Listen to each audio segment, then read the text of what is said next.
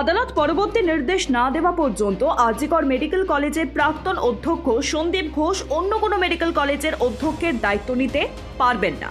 মঙ্গলবার এই নির্দেশ দিয়েছে কলকাতা হাইকোর্টের প্রধান বিচারপতি টি.এস. শিবগণনম এবং বিচারপতি হিরণময় ভট্টাচার্যের ডিভিশন বেঞ্চ। আরজিকর কাণ্ড নিয়ে ক্ষুব্ধ প্রধান বিচারপতির নেতৃত্বাধীন ডিভিশন বেঞ্চ। ঘটনার পর কেন হাসপাতালের সুপার এবং অধ্যক্ষ পুলিশে অভিযোগ করলেন না, সেই প্রশ্নই তুলেছে বেঞ্চ। এছাড়াও সন্দীপ ঘোষ ঊর্ধ্বতন কর্তৃপক্ষের কাছে যে 15 দিনের ছুটি চেয়েছিলেন তাও কার্যত নাকচ করে দিয়েছে হাইকোর্ট। সন্দীপ অধ্যক্ষের দায়িত্বে থাকাকালীনই আরজিকরে মেডিকেল কলেজে এক জুনিয়র মহিলা চিকিৎসককে ধর্ষণ করে খুন করা হয়। সেই ঘটনার পরই সন্দীপের পদত্যাগের দাবিতে সরব হন আরজিকরের জুনিয়র ডাক্তাররা। তারপর চাপে পড়ে অধ্যক্ষ পদ থেকে ইস্তফা দেন তিনি। এদিকে আরজিকরের অধ্যক্ষ পদ থেকে সরলেও সোমবারই তাকে বদলি করে দেওয়া হয় ন্যাশনাল মেডিকেল কলেজের অধ্যক্ষ পদে। সরকারের ওই সিদ্ধান্ত জানার পর থেকে নতুন করে সন্দীপের বিরুদ্ধে প্রতিবাদ বিক্ষোভ শুরু হয়। ন্যাশনাল মেডিকেল কলেজের চিকিৎসকরা জানিয়ে দেন তারা সন্দীপকে কলেজে ঢুকতে দেবেন না। অবস্থান বিক্ষোভও শুরু করেন ন্যাশনাল মেডিকেল কলেজের ছাত্রছাত্রীরা।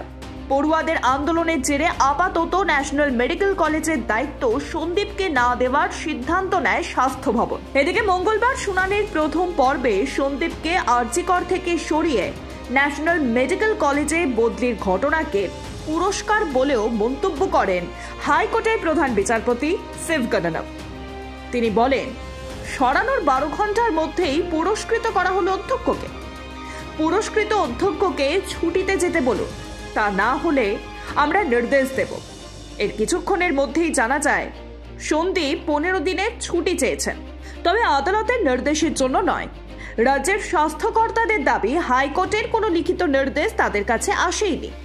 সন্দীপ ওই ছুটি মঙ্গলবার সকালেই চেয়েছিলেন। এরপর সেই ছুটির আবেদন বাতিল করে দিয়েছেন প্রধান বিচারপতির বেঞ্চ। আরজিকর কাণ্ড নিয়ে আদালতের চাপের মুখে পড়েছেন সন্দীপ ঘোষ। আদালতের পর্যবেক্ষণ, কিভাবে পদত্যাগের 4 ঘন্টার মধ্যেই নতুন পদে নিয়োগ, কেনই বা তার বয়ান রেকর্ড হয়নি। পাশাপাশি ন্যাশনাল মেডিকেলে অধ্যক্ষের দায়িত্ব এখন চিকিৎসক অজয় রায়ের হাতেই থাকবে বলে নির্দেশ হাইকোর্টের। Bureau report, Ritam Bangla.